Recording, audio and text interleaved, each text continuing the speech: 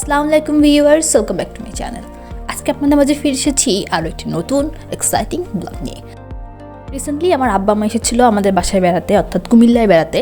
দেন আমার বাবা মা, আমার বোনের হাজব্যান্ড সবাইকে নিয়ে আমরা কুমিল্লার দর্শনীয় স্থানগুলো ঘুরে দেখেছি। সেখান থেকেই ছোট্ট একটা ব্লগ আপনাদের সাথে শেয়ার করতে যাচ্ছি, আশা করছি ভালো লাগবে।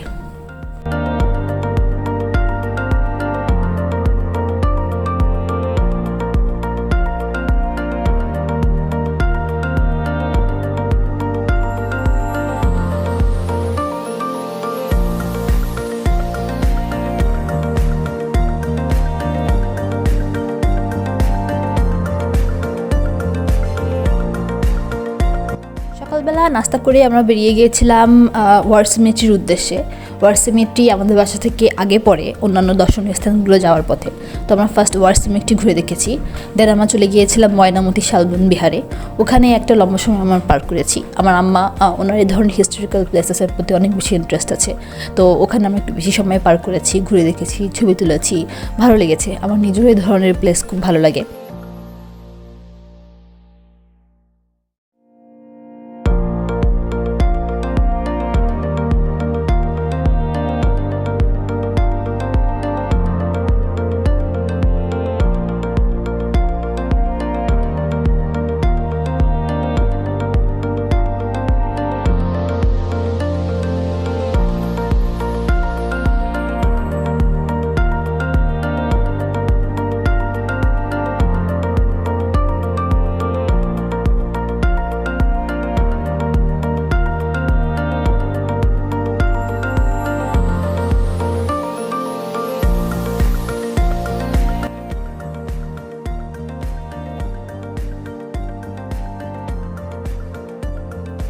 ময়নামতি বৌদ্ধবিহার আদলের দিক থেকে পাহাড়পুর বৌদ্ধবিহারের মতোই, তবে আকারে একটু ছোট।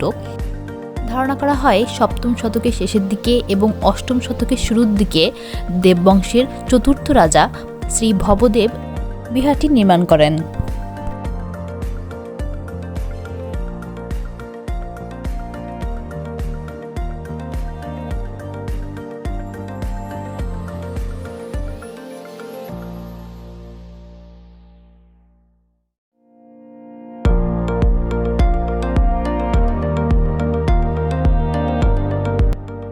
কুমিল্লা থেকে প্রাপ্ত প্রত্নতত্ত্ব স্থলগুলোর মধ্যে শালবন বিহারটি অন্যতম। বিহারটির চারপাশে শাল ও গজারির বন থাকার কারণে শালবন বিহার নামকরণ করা হয়েছিল। খননকালে বিহারটি থেকে বিপুল পরিমাণ প্রত্নতাত্ত্বিক সামগ্রী উদ্ধার করা হয়। তার মধ্যে অন্যতম ছিল স্বর্ণ ও রৌপ্য মুদ্রা, কোষ্ঠী পাথরের মূর্তি এবং নানা তৈজসপত্র। পরবর্তীকালে সামগ্রীগুলো জাদুঘরে সংরক্ষণ করা হয়েছে।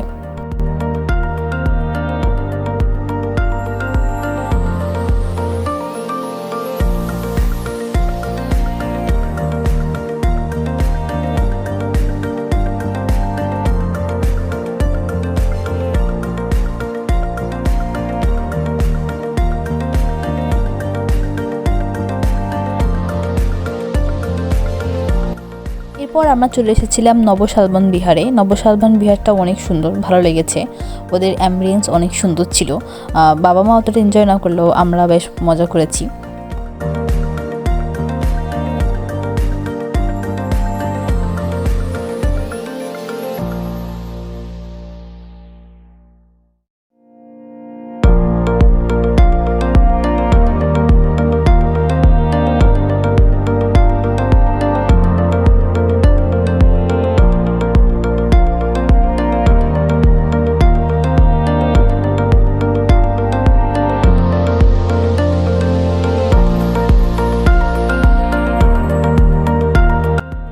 এরপর আমাদের নেক্সট ডেস্টিনেশন ছিল লালমাই পাহাড়। লালমাই পাহাড়ে আমরা শেষ ঘোরাফেরা করে বাসায় চলে আসি। আর এরই সাথে আমার ছোট্ট ব্লগটি আমি এখানেই শেষ করছি। আশা করছি দেখা হবে অন্য কোনো দিন অন্য কোনো ব্লগে। ততদিন সুস্থ থাকুন, ভালো থাকুন। আল্লাহ হাফেজ।